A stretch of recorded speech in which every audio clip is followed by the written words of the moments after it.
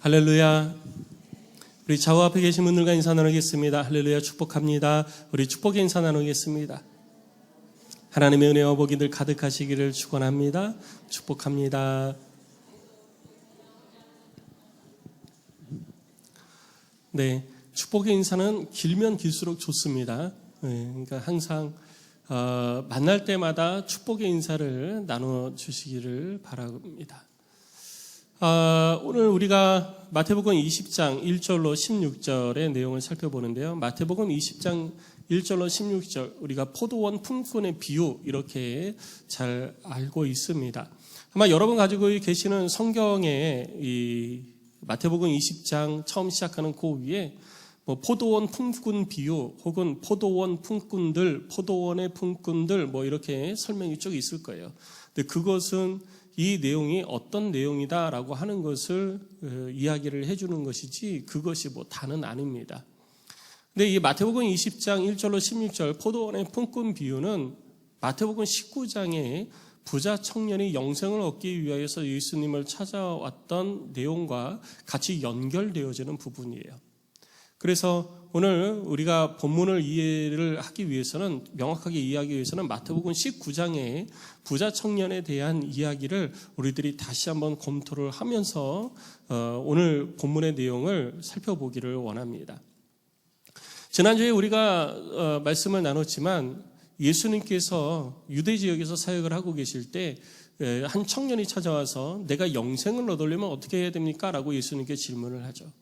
그래서 예수님께서 네가 율법을 지켜라. 왜 영생에 대해서 나한테 묻냐? 네가 지금 평생을 태어나면서부터 여태까지 하나님을 섬기고 살아왔는데도 영생을 어떻게 얻는지 모르느냐? 그러니까 그것을 왜 나한테 묻느냐라고 예수님께서 오히려 그를 이렇게 가볍게 책망하시는 거예요.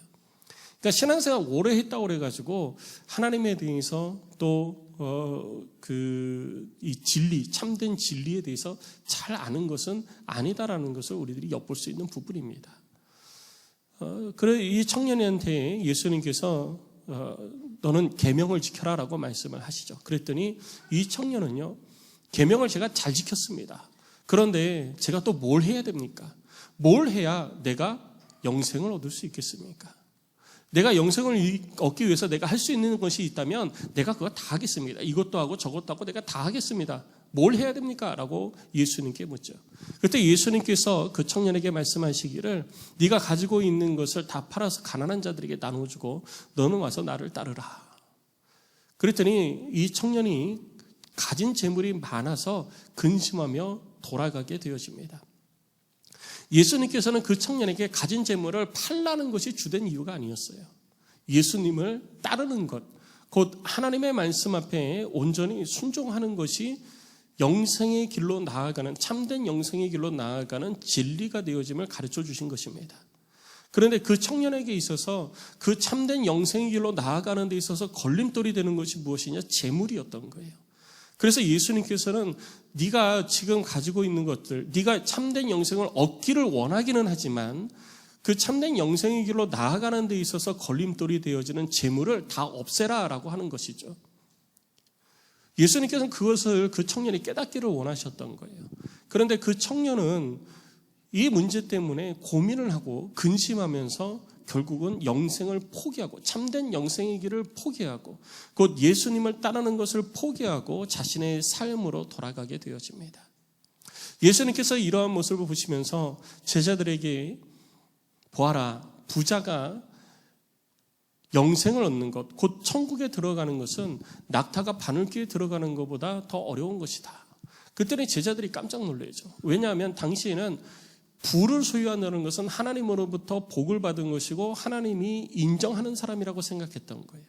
그런데 하나님이 사랑하고 인정해서 부를 많이 소유한 자가 영생을 못 얻는다고 그러는데, 그러면 나는 그 사람보다 가진 것도 없고 그 사람보다 부유하지도 않으니까 하나님이 나를 그 사람보다 덜 사랑하시고 덜 인정하시는데, 그럼 하나님이 더 인정하시고 더 복 주시는 그 사람도 천국에 못 들어가니 나도 천국에 못 들어가는 거 아닙니까? 그럼 도대체 누가 천국에 들어가는 겁니까?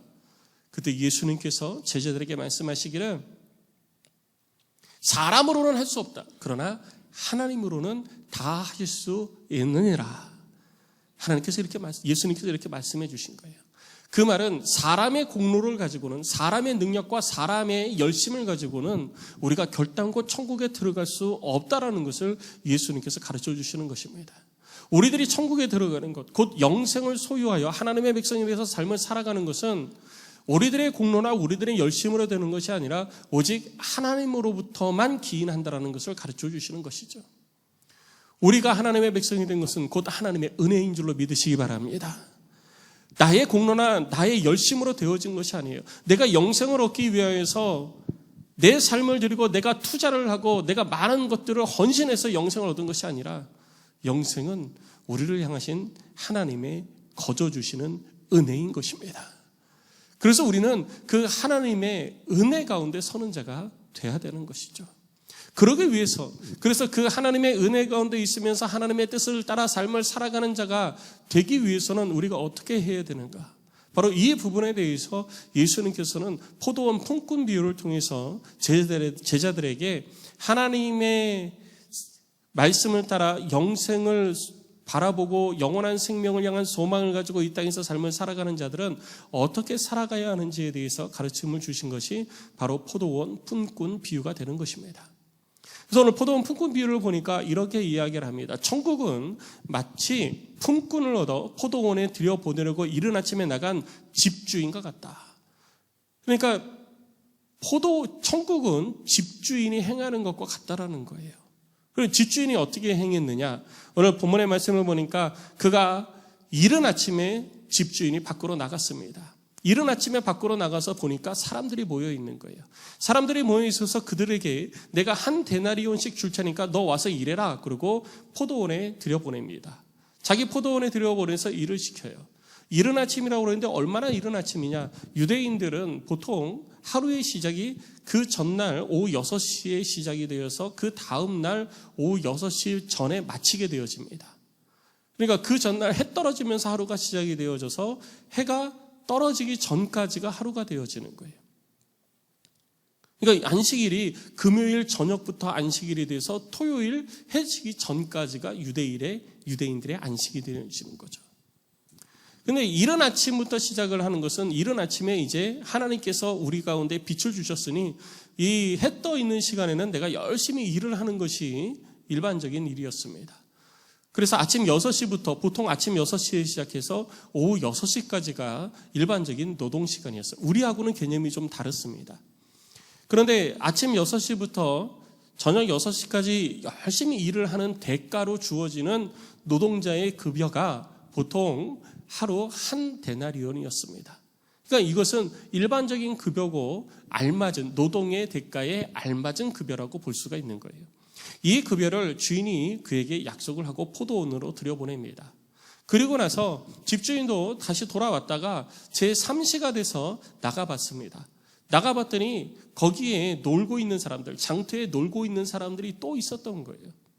그러니까 이들은 놀고 있었던 사람이라고 말하는 거 보니까 내가 꼭 어떻게 해서든지 직장을 얻어야 되겠다 이런 생각 가지고 있는 거예요. 아니에요. 관심이 없어요. 누가 불러주면 가서 일하고 그러지 않으면 그냥 나 놀고 싶으니까 친구들하고 어울려서 놀고 싶고 먹고 싶고 그러고 싶으니까 그렇게 즐기는 삶을 살고 있는 중이었습니다.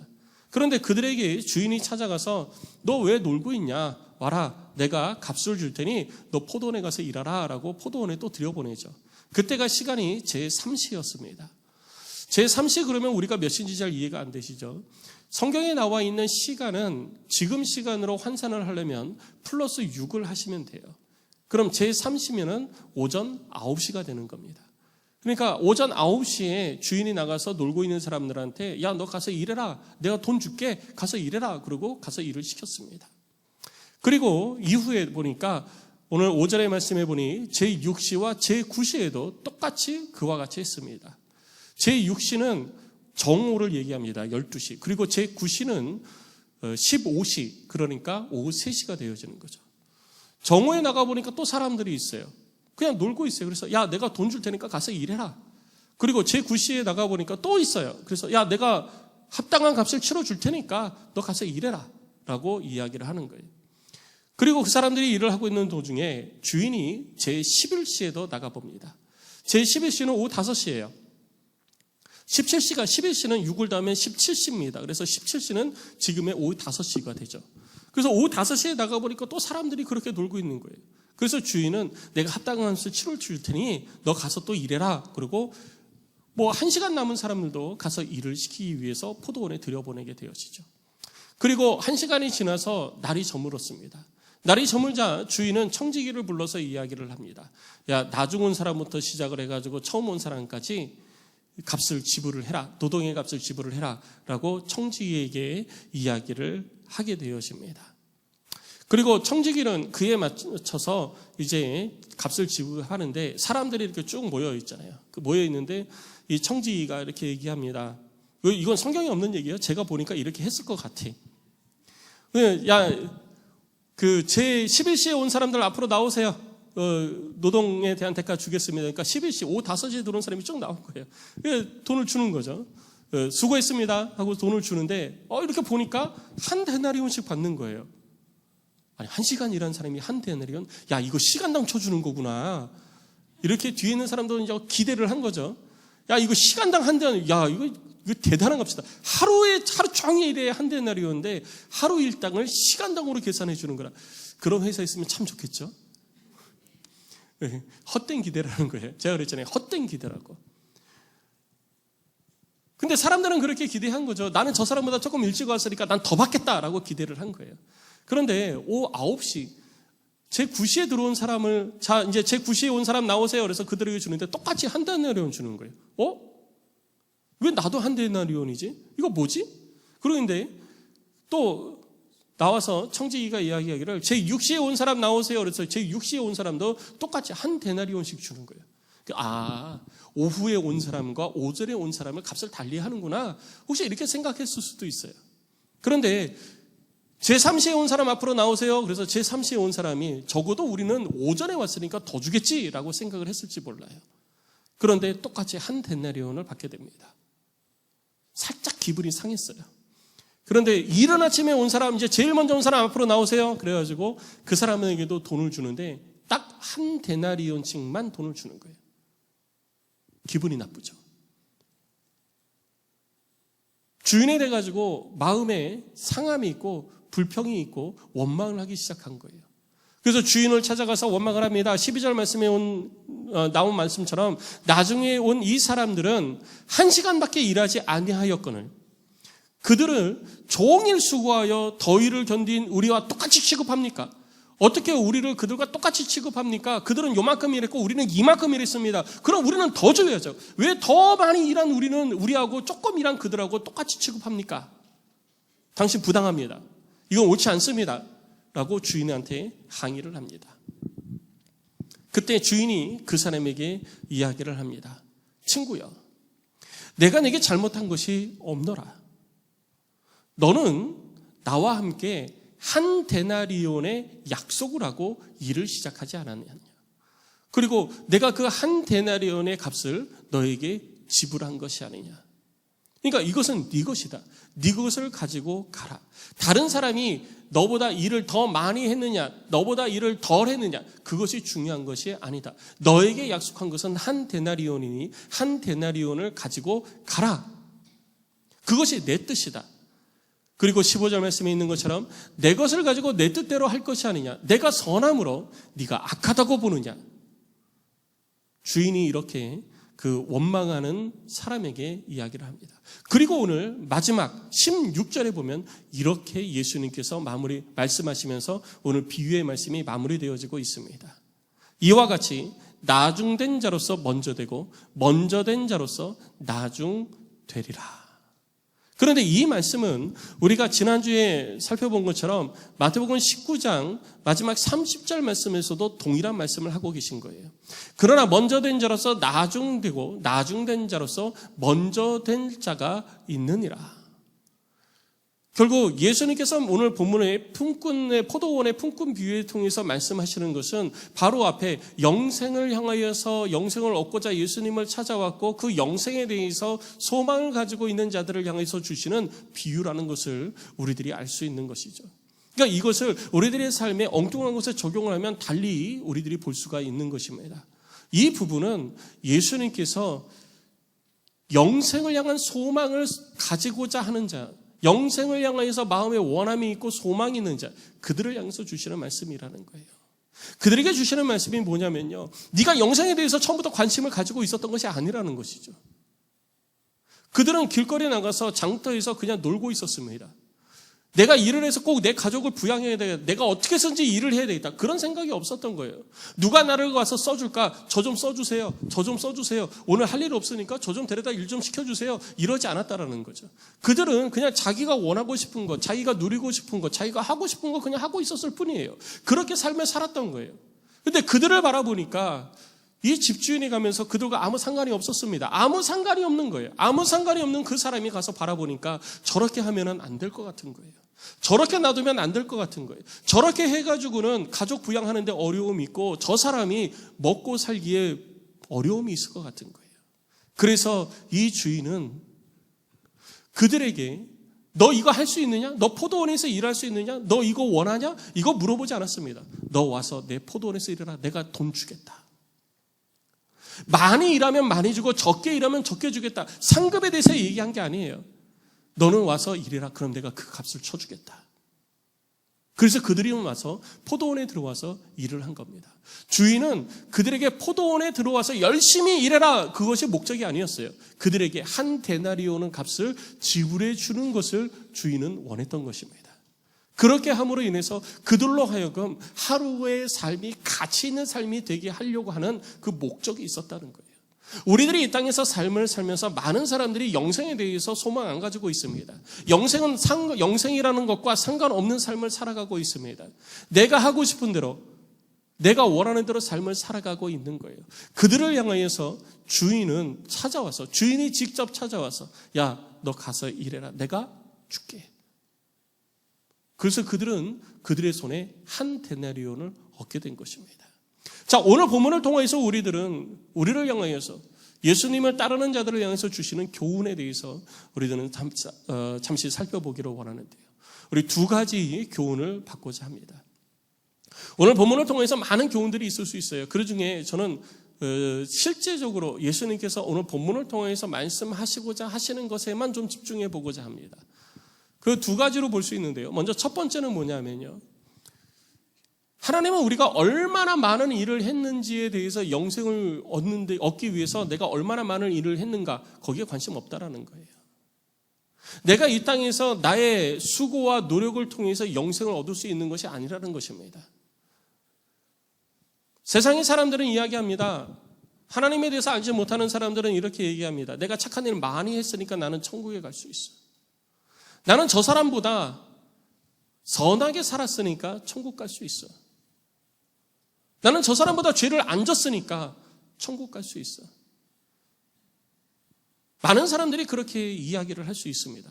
그런데 중요한 것은 하나님은요, 일 많이 했다고 영생을 그에게 주고 천국을 그에게 주고, 일 조금 했다고 너 일 더 해야 천국 갈 수 있다라고 말씀하지 않으신다라는 거예요. 하나님께서 바라보시는 것은 그의 능력이나 그의 가치를 바라보는 게 아니에요. 그가 할 수 있는 힘을 바라보는 게 아닙니다. 하나님은 그 영혼 그 자체를 바라보시는 것입니다. 그래서 그 영혼을 긍휼히 여기시기 때문에 그를 하나님의 나라로 불러 가신 것입니다. 이것이 우리를 향하신 하나님의 은혜인 것입니다. 지난주에 마태복음 19장에서 살펴본 것처럼 사람으로는 할 수 없지만 하나님으로는 다 하실 수 있느니라. 우리들의 공로를 가지고 우리는 결코 영생을 얻을 수 없습니다. 우리들의 능력과 우리들의 업적을 가지고 결코 우리는 하나님의 나라에 들어갈 수 없습니다. 하나님의 나라에 들어가는 것은 결코 그러한 것들이 가치 기준이 될 수 없다라는 것입니다. 그럼 누가 하나님의 나라에 들어갈 수 있느냐? 그것은 하나님의 말씀에 순종하는 자, 곧 주인의 부르심에 응하는 자가 천국에 들어가는 것입니다. 그래서 성경은 누구든지 예수의 이름을 부르면 구원을 받으리라 라고 말씀하고 있는 것입니다. 네가 무엇을 행하면 너에게 구원을 주리라 라고 한 것이 아니에요. 네가 이것을 달성하면 네가 천국 백성이 될 것이다 라고 말씀하신 것이 아닙니다. 하나님의 자녀가 되는 것, 천국 백성이 되는 것은 오직 예수를 믿는 믿음으로 되는 것인 줄 믿습니다. 이것이 진리입니다. 이것이 사실입니다. 하나님께서는 바로 그것을 우리에게 선물로 주신 것입니다. 우리들의 업적에 따라서 아니면 우리들의 성취도에 따라가서 하나님께서 영생을 주신다 하면 오늘 이 자리에도 천국 백성, 천국에 들어갈 수 있는 자와 들어갈 수 없는 자, 업적을 달성한 자와 달성하지 못한 자가 나뉘어지게 될 것입니다. 그리고 우리는 그 업적을 달성하기 위해서 열심히 노력을 하지만 업적을 달성할 수도 있고 업적을 달성하지 못할 수도 있을 것입니다. 영생을 소유하는 것, 하나님의 백성이 되고 영원한 나라 천국을 향한 소망 가운데 삶을 살아가는 것은 우리들의 업적이나 우리들의 성취로 되어지는 것이 아니라 전적인 하나님의 은혜인 것입니다.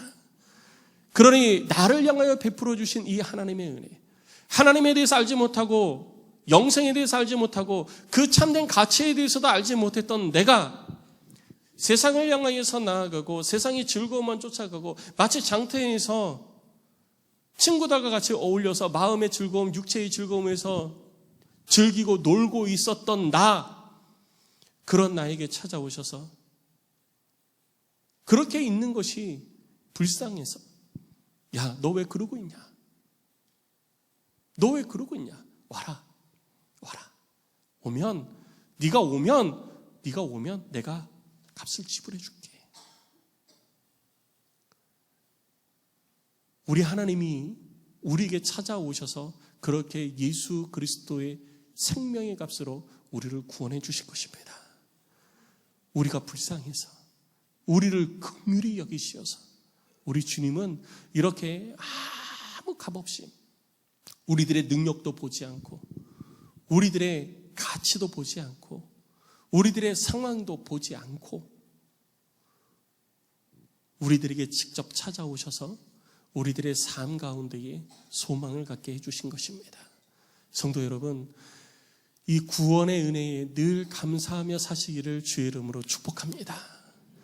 우리는 이 구원의 은혜, 주인이 베풀어 주신 이 은혜에 감사하는 자가 돼야 되는 거예요.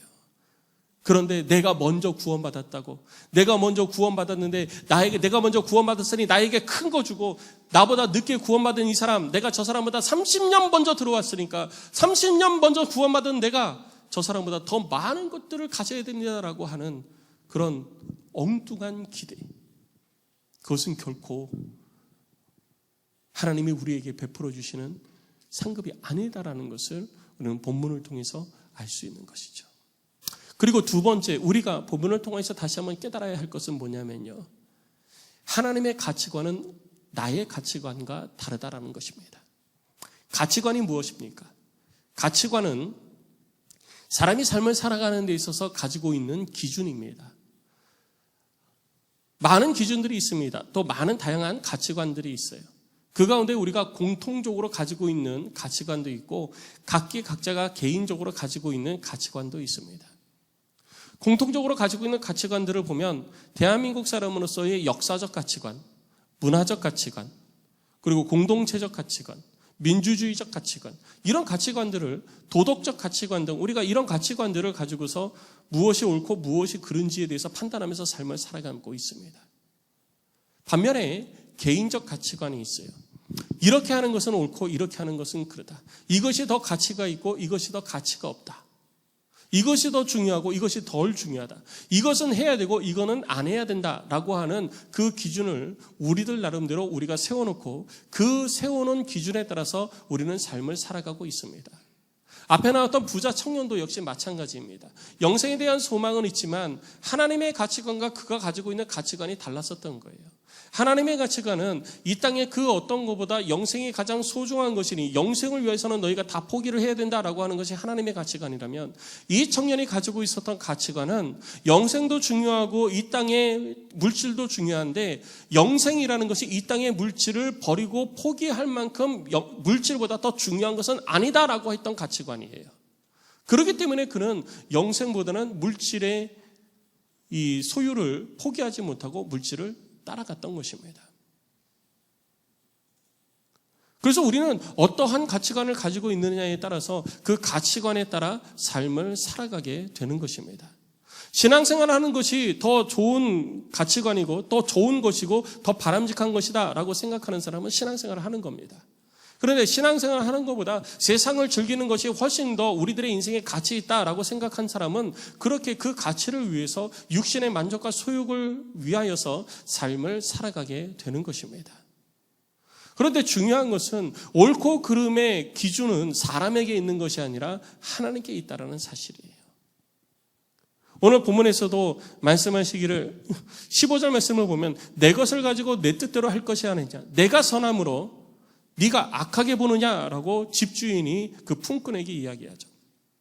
그 말은 뭐냐면 하나님이 우리를 향해서 그렇게 말씀하신다라는 거예요. 이 땅의 선악의 기준은 하나님께 있습니다. 그리고 하나님의 형상을 따라 지음받은 우리들, 하나님의 형상을 따라 지음받은 우리들 속에도 역시 마찬가지로 하나님의 가치관이 우리들 가운데 있는 거예요. 그래서 우리는 하나님의 가치관을 나의 가치관 삼아서 이 땅에서 삶을 살아야 되는 것입니다. 그런데 그 가치관이 깨어져 버렸어요. 뭐 때문에 깨어졌습니까? 죄로 인하여서 깨어져 버린 거예요. 그 죄가 무엇입니까? 선악과를 따먹으로 인해서, 불순종으로 인해서 발생되어진 가치관입니다. 그 하나님의 가치관이 깨어져 버린 거예요. 선악과를 따먹은 것이 무엇이 문제가 되냐? 그냥 불순종만 문제가 되냐? 아니에요. 그거는 너무 단편적으로 보는 것입니다. 선악과를 따먹음으로 인해서 성경을 보면 그들이 알게 되어진 것이 뭐냐면 선악을 판단하는 기준을 자기 나름대로 세우게 되어진 거예요. 선악을 알게 된 거예요. 그럼 선악과를 따먹기 전에는 어떻게 되냐? 악이라는 것을 몰랐어요. 왜? 하나님은 선, 그 절대 선 그 자체입니다. 하나님의 형상을 따라 지음받은 인간은 역시 하나님과 함께 절대선 그 온전한 가치를 가지고 이 땅에서 하나님과 공존하고 있었던 거예요. 에덴 동산에서 하나님과 교제하고 하나님과 행복한 삶을 살고 있었던 거죠. 그런데 선악과를 따먹음으로 인해 가지고 선과 악을 판단하는 기준이 하나님께 있는 것이 아니라 내게 들어와 버릴 거예요. 하나님의 뜻과 상관없이 내가 원하면 선이요, 내가 싫어하면 악이 돼버린 겁니다. 그래서 그것을 내가 판단하기 시작한 거죠. 내가 판단하기 시작하고 내가 선택하기 시작한 거예요. 그리고 그 결과를 내가 얻고자 하는 대로 얻기를 원했던 것이죠. 그래서 종교가 생겨난 겁니다. 내가 갖고 싶고 내가 원하는 것인데 내 힘으로는 잘 안 될 것 같아요. 그래서 뭔가 초월적인 존재, 신이라고 하는 초월적인 존재를 통해서 내가 얻고자 하는 것, 이루고자 하는 것을 이루고 싶고 얻고 싶었던 거예요. 그래서 그를 향해서 인간은 엎드리게 되어졌고 빌기 시작을 했던 것입니다. 그런 선악을 알게 하는 기준이 얼마나 큰 죄인가. 그것은 단순히 그 순간에는 하나님의 형상이 깨어진 것으로만 우리들이 알 수 있는데 그 이후에 인간이 삶을 살아온 모습들을 보면 노아의 홍수 이전에 성경은 이렇게 이야기합니다. 하나님의 사람들이 딸들의 아름다움을 보고 각기 자기 눈에 마음에 드는 이들을 골라 결혼을 하기 시작을 합니다. 이것은 단순히 결혼 문제에만 해당되는 것이 아닙니다. 삶을 살아가는 가치 기준이 내 마음에 드는 것으로 정해지기 시작을 했다는 거예요. 하나님의 마음에 선한 것, 하나님이 원하시는 것이 아니라 내 마음에 드는 것, 내 마음을 기쁘게 하는 것, 내 마음을 족하게 하는 것, 그것이 옳은 것이다 라고 하는 가치관이 인간들 속에 들어와 버린 거죠. 그래서 그 다음부터서는 하나님을 섬기기는 하지만, 하나님을 인정하기는 하지만 내 마음에 원하는 것을 추구를 하고 내 마음에 기뻐하는 것을 따라가기 시작을 한 것입니다. 그로 인하여서 성경에 보면 하나님께서 인간의 세상이 죄가 관영함을 보시고 그들을 진멸하시기 시작합니다. 그래서 노아의 홍수가 그들 가운데 임했던 것입니다. 우리들이 우리들의 마음에 원함을 따라 삶을 살아갈 때에는 우리는 하나님의 뜻으로부터 멀어질 수밖에 없고, 하나님의 뜻으로부터 멀어진다는 것은 곧 죄 속에서 삶을 살아가게 된다는 것입니다. 그래서 우리는 세상의 가치관을 끊고 하나님의 가치관에 나 자신을 맞춰가야 되는 것이죠.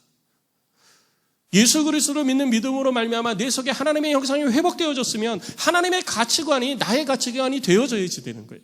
그동안에 우리는 학교 생활을 통해서 혹은 직장 생활을 통해서 혹은 공동체 생활을 통해서 대한민국 국민으로서 가져야 될 그 공통적 가치관, 민주주의적 가치관, 그것이 우리들 속에 생각으로 자리 잡고 또 그것을 기준으로 해서 우리는 삶을 살아가고 있었던 거예요.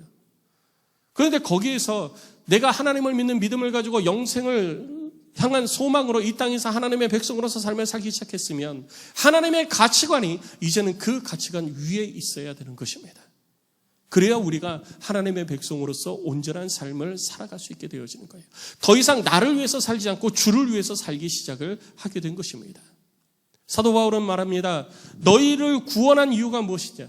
너희를 구원한 이유는, 너희가 하나님의 백성이 된 이유는 이제는 더 이상 너 자신을 위해서 살지 말고 너를 위하여 십자가에 못 박히신 예수를 위해서 살게 하려 함이니라. 할렐루야. 우리를 구원하신 이유는 이젠 더 이상 네 가치관 따라 살지 말고 하나님의 뜻을 따라 삶을 살아가는 거예요. 하나님의 가치관이 무엇입니까? 하나님의 뜻이잖아요. 그러면 내 뜻이 있고 하나님의 뜻이 내 속에 들어왔으면 이제는 내 뜻이 꺾어지고 하나님의 뜻이 내 뜻이 되어져서 내 삶의 중심이 되어져야 돼요. 그런 가치관을 가지고 우리는 삶을 살아야 되는 것입니다. 그래서 우리는 예수 그리스도를 믿는 믿음으로 말미암아 하나님의 가치관을 가지고 삶을 살기 시작한 거죠. 그러면 하나님의 가치관을 가지고 삶을 살기 시작했다고 해서 우리들의 삶이 하나님의 가치관을 따라 온전히 삶을 살 수 있느냐? 아니요, 그렇지 않습니다. 우리들이 신앙생활을 하고 하나님을 섬기는 데 있어서도요, 여전히 세상적 가치관 속에서 하나님을 섬기는 것들이 있어요. 이스라엘 백성들이 왜 멸망했습니까? 그들이 하나님을 섬기지 않아서 멸망했습니까? 그들이 하나님을 잘 몰라서 멸망했습니까? 그들이 율법을 잘 몰라서 멸망했습니까? 아니에요. 그들은 하나님의 말씀에 순종하지 않아서 멸망한 겁니다. 하나님을 아는 지식이 없어서 그들은 패망한 것입니다. 그리고 하나님은 그것을 통해서 오늘 요즘 새벽에 에스겔서를 보는데 에스겔서를 계속 보면서 반복해서 나오는 한 구절이 있어요. 그게 뭐냐면 이 일로 하여금 그들로 내가 여호와인 줄을 알게 하리라. 하나님께서 에스겔에게 말씀하시는 그 모든 끝부분에 항상 등장을 합니다. 계속해서 나오는 말이 그거예요. 그 말은 뭐냐면 이스라엘 백성들이 멸망하고 포로로 끌려간 이유가 뭐냐? 하나님을 몰랐기 때문이라는 거예요. 말이 안 되죠. 태어나면서부터 하나님의 말씀으로 양육을 받고 자라면서 계속해서 율법에 대해서 암송하고 안식일이면 철저하게 안식일을 지켜가고 하나님의 말씀을 듣고 배우고 주님의 말씀을 따라 제사를 드리고 그러면서 삶을 살아왔는데 하나님은 그들을 향해서 뭐라고 그러시느냐? 너희들이 나를 알지 못한다. 우리가 예수 그리스도를 믿는 믿음으로 말미암아 구원받아서 하나님의 백성이 되었지만 여전히 내가 세상 가치를 가지고 삶을 살아간다면 우리는 하나님의 온전하신 뜻을 이루어 갈 수가 없습니다. 구원받고 난 이후에 우리들의 삶에 분명한 변화가 있어야 우리는 하나님께서 우리들 가운데 약속하신 상급을 받아 누릴 수가 있는 거예요. 그러면 우리들의 삶의 가치관의 변화가 있어야 되죠. 기도만 놓고 볼까요? 여러분, 우리가 기도에 열심을 냅니다. 새벽 기도에 열심 내고요. 심야 기도에 열심히 내고요. 열심히 냅니다. 교회에서 정해진 시간뿐만 아니라 시간이 나는 대로 틈나는 대로 와서 내가 열심히 기도합니다. 제가 가끔 그러죠. 우리의 기도의 대상이 바뀌었을 때도 우리들의 열심이 똑같은가? 여러분, 우리들의 어머니, 우리들의 할머니, 우리들의 조상들을 보면 그들도 종교심이 굉장히 강했습니다. 자신의 힘으로 자신이 얻고 싶은 것이 얻어지지 아니하니까 그것을 얻기 위해서 자식을 위해서 혹은 환경을 위해서 집안을 위해서 새벽마다 달빛 아래 해 뜨기 전 달빛 아래에서 맑은 깨끗한 물을 떠놓고 두 손을 모아서 간절히 빌었습니다. 그분들도 종교적 열심이 있었어요. 그런데 그 종교적 열심이 우리들 가운데 열매 맺게 하는 게 아니라는 거죠. 우리는요. 우리가 하나님 앞에 기도하는 것은 그런 종교적 열심입니까? 아니면 하나님의 뜻을 구하는 것입니까? 마태복음 6장 33절 말씀을 보면 너희는 먼저 그의 나라와 그의 의를 구하라. 그리하면 이 모든 것을 너희에게 더하시리라. 우리가 먼저 가치를 둬야 될 것은 하나님의 나라와 하나님의 영광입니다. 내가 원하는 것, 내가 바라는 것, 내가 소망하는 것에 먼저 가치를 두고 우리는 이렇게 할 때가 많죠. 하나님 이거 해주시면 내가 이거 하겠습니다. 하나님 이거 해결해 주시면 내가 이거 하나님 해드릴게요. 마치 하나님을 내가 원하는 것, 내가 소망하는 것을 들어드리는, 문제를 해결해 주는 그런 문제 해결사처럼 내가 그렇게 하고 있는 거예요. 이거 해주면 내가 그렇게 하겠습니다. 이거 해주시면, 이거 풀어주시면, 이거 고쳐주시면, 내 자녀 좋은 대학 가게 해주시면 제가 이렇게 할게요. 우리 집안의 사업이 잘 되어지면 내가 이렇게 할게요. 정말 그것이 하나님이 원하시는 것일까요? 우리들의 인생의 목표가 바로 세워져야 됩니다. 주님의 나라와 영광을 위해서. 예수님도 기도했습니다. 예수님도 겟세마네 동산에서 땀방울이 핏방울이 되도록 간절히 기도했습니다. 예수님의 기도가 무엇입니까? 할 수만 있으면 이 잔을 내게서 옮겨주시옵소서. 예수님도 예수님의 원함이 있었어요. 하나님, 아버지, 이 잔 너무 고통스럽습니다. 꼭 내가 해야 됩니까? 이것 좀 옮겨주세요. 다른 이가 감당할 수 있는 것이면 다른 이에게 이것을 옮겨주세요. 근데 우리 주님은 자신의 뜻보다 항상 하나님의 뜻이 앞섰어요. 그래서 그 기도 마지막에 그러나 나의 원대로 마옵시고 아버지의 원대로 하옵소서. 그리고 내가 그 앞에 순종하겠습니다. 이거 들어주시면 이거 하겠습니다 라고 한 것이 아니에요. 내가 원하면 이거지만 이것이 정말 하나님의 뜻입니까? 하나님의 뜻이 어디에 있습니까? 하나님의 뜻대로 하옵소서. 그리고 하나님의 뜻을 깨닫자. 아멘, 내가 순종하겠습니다. 그 길 걸어가겠습니다. 하나님 감당할 수 있는 힘과 능력 주옵소서. 그리고 십자가를 지고 골고다에서 죽으신 것입니다. 하나님의 뜻을 감당한 거예요. 우리들의 삶 가운데에 하나님을 섬기는 모습이 바로 이런 모습이 되어야 되는 거죠. 하나님을 섬기는 믿음을 가지고 있고 하나님의 백성이 되었지만 여전히 세상 가치를 가지고 우리들이 삶을 살아갈 수 있습니다. 오늘 이 자리에 계신 분들도 직장 생활을 하다가 혹은 하나님과 상관없는 삶을 살다가 어느 날 갑자기 내가 주 앞에 나와서 주의 성전으로 올라와 하나님을 예배드리기 시작했어요. 그런다고 해서 그 순간 모든 가치관이 다 바뀌는 것은 아닙니다. 하나님을 섬기는 데 있어서도 하나님의 방법대로 섬겨야 되고 하나님의 일을 이루어가는데도 하나님의 뜻대로 해야 되는 것입니다. 그래서 우리들 가운데 명령과 규례와 법도를 주신 것도 하나님의 백성이 되었으면 하나님의 뜻대로 살라는 거예요.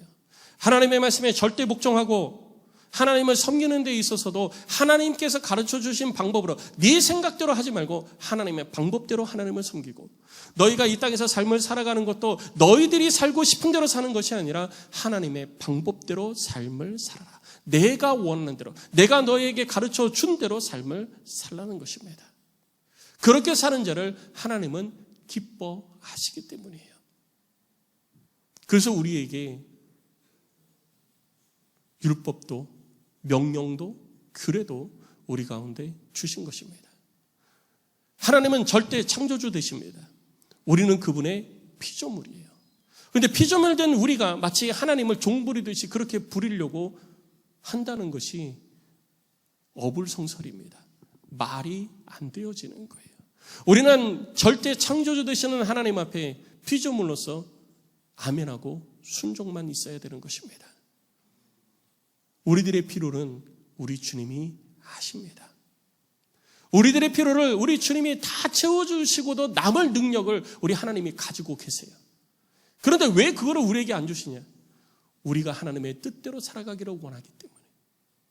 우리가 하나님의 뜻에서 멀어져서 세상의 가치관을 가지고 삶을 살아갈 때 하나님은 우리에게 아무리 많은 복을 줘도요, 우리는 하나님과 상관없는 삶을 살 것을 하나님이 아시니까 그에게 그에 합당한 하나님의 백성으로서 삶을 살아가기에 합당한 것들을 주시는 것입니다. 그렇지만 우리는 하나님께 은혜와 복을 받기를 또 간구해야 되죠. 그것이 우리들의 신앙인의 삶의 모습인 겁니다. 주를 위해서 수고와 헌신을 아끼지 아니하는 것도 내 열심으로 되면 안 되는 거예요.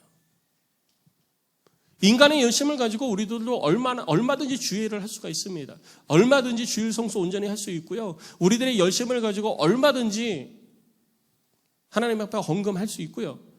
내 열심을 가지고 얼마든지 충성할 수 있습니다. 그러나 그것은 결코 하나님의 기쁨이 되지 못한다는 것이죠. 주의 일을 이루어가는 것은 하나님이 공급하여 주시는 힘으로 해야 되는 것입니다. 하나님이 누구에게 주의 일을 감당할 힘을 주시냐? 하나님을 사랑하는 자에게 힘을 주시는 것입니다. 성도 여러분, 주를 사랑하십니까? 정말로 주를 사랑하십니까? 그러면 여러분들의 삶에 주를 향한 열심으로 그것이 열매 맺어 가야 되는 거예요. 길바닥에서 앉아서 놀고 있는 나, 세상의 가치를 따라서 목적도 없이 그냥 오늘 하루 그냥 내가 원하는 대로 내 몸의 즐거움을 위해서 그냥 즐기지 뭐, 이렇게 방황하며 살던 나를 불러주셔서 목적을 갖게 하고 또 내 손에 하나님께서 주시는 은혜, 곧 영생에 대한 이 소망을 쥐어주셨는데 이것을 가지고서 우리는 뭘 하고 있냐는 거죠. 불평하고 불만하고 이거 가졌으니 이제 됐다, 이제 내 마음대로 하면 돼, 그러고 계십니까? 아니면 이것을 우리 손에 쥐어준 하나님을 향한 감사와 그리고 그 은혜 때문에 주를 사랑하며 여러분들의 삶을 드리고 여러분들의 시간을 드리고 여러분들의 물질을 드리고 여러분들의 인생과 생명을 드리고 계십니까? 우리를 향하신 하나님의 사랑에 늘 감격해 하시고 그 사랑 앞에 주를 위하여서 여러분들의 생명도 드릴 수 있는 자가 되시기를 주의 이름으로 축복합니다. 주가 쓰시겠다 하라. 그러면 모든 것들을 다 내어줄 수 있는 사람, 우리 주님이 하시고자 하신다면 내가 나의 모든 것을 드릴 수 있는 사람, 그 사람이 하나님을 기쁘시게 하는 자요 주인을 기쁘시게 하는 종이 되는 것입니다. 우리들은 이 땅에서 우리들의 눈에 보이는 것, 귀에 들리는 것을 가치 삼아 살아갈 수 있습니다. 그러나 이제 예수 그리스도를 믿는 믿음으로 말미암아 구원받은 하나님의 백성이 되었으니 먼저 된 자가 나중되고 나중된 자가 먼저 될 수 있다라는 이 사실을 기억하면서 매 순간 하나님의 은혜에 감사하여서 내 시간도, 내 물질도, 내 삶도, 내 생명도 주를 위해서 드릴 수 있는 그런 하나님의 백성들이 꼭 되시기를 주의 이름으로 축복합니다. 그런 자에게 하나님이 하늘의 상급도 더해 주시는 거예요. 기억하십시오. 너희는 먼저 그의 나라와 그의 의를 구하라. 그리하면 이 모든 것을 너희에게 더하시리라. 무엇을 구하고 있습니까? 하나님을 섬기는 목적이 무엇입니까? 교회를 다니면 적어도 죄 안 짓고는 살 것 같아서 교회 다니십니까? 교회 다니면 내 사업이 잘 될 것 같아서? 그래도 교회 가서 기도하면 내 자녀의 병이 날 것 같아서? 내 문제가 해결될 것 같아서? 그거를 위해서도 신앙을 가질 수 있습니다. 그러나 참된 신앙은 나를 사랑하시고 나를 구원하신 하나님 앞에 나 자신을, 그 은혜가 너무 감사해서 나 자신을 드리는 자가 돼야 되는 것입니다. 성도 여러분, 인생의 목적, 신앙생활의 목적, 삶을 살아가는 이유와 목적이 다시 한번 우리 하나님이 우리 가운데 예수 그리스도를 통해서 가르쳐 주신 그 가치, 그 참된 가치에 따라 삶을 살아가는 우리 모두가 되시기를 주의 이름으로 축복합니다.